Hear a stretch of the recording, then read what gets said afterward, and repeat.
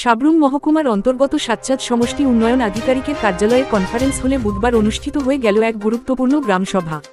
এই সভার মাধ্যমে একদিকে যেমন বিগত দিনের সরকারি কর্মসূচির পর্যালোচনা করা হয়, তেমনি আগামী দিনের উন্নয়ন কর্মসূচিকে কিভাবে আরও গঠনমূলক ও কার্যকর করা যায় সেই বিষয়ে বিশদে আলোচনা হয়। সভায় উপস্থিত ছিলেন দক্ষিণ ত্রিপুরা জেলা সভাধিপতি দীপক দত্ত, ৩৯ মনু বিধানসভা কেন্দ্রের বিধায়ক মাইলাফরু মগ, সমষ্টি উন্নয়ন আধিকারিক অনুপম দাস, বিভিন্ন পঞ্চায়েত এবং ভিলেজ কাউন্সিলের সচিব, জিআরএস এবং নির্বাচিত জনপ্রতিনিধিরা। সভার সভাপতিত্ব করেন ব্লক চেয়ারপারসন প্রভাস লোধ। গ্রামসভায় আলোচনার কেন্দ্রবিন্দু ছিল 16th ফাইন্যান্স কমিশনের আওতাধীন বিভিন্ন প্রকল্পের সুষ্ঠু বাস্তবায়ন।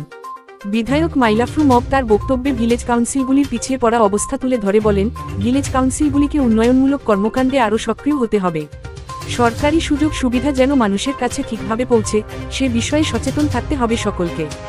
জেলা সভাধিপতি দীপক দত্ত তার বক্তব্যে বিগত দিনের বিভিন্ন উন্নয়ন কর্মসূচির প্রশংসা করেন এবং আগামী দিনে এই কর্মকাণ্ড আরও গুণগত ও গতিশীল করে তুলতে দিকনির্দেশনা প্রদান করেন।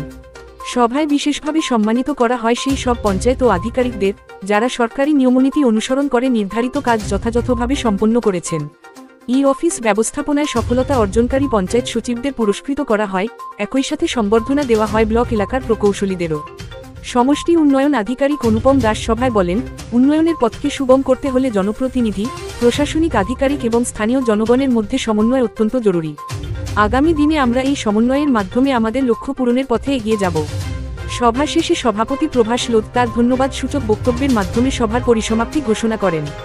সার্বিকভাবে এই গ্রামসভা উন্নয়নের ভবিষ্যৎ রূপরেখা নির্ধারণে এক গুরুত্বপূর্ণ মঞ্চ হিসেবে বিবেচিত হচ্ছে। এটা সম্ভব, একজনের দ্বারা এটা সম্ভব নয়, এটা আমরা বিশ্বাস করি।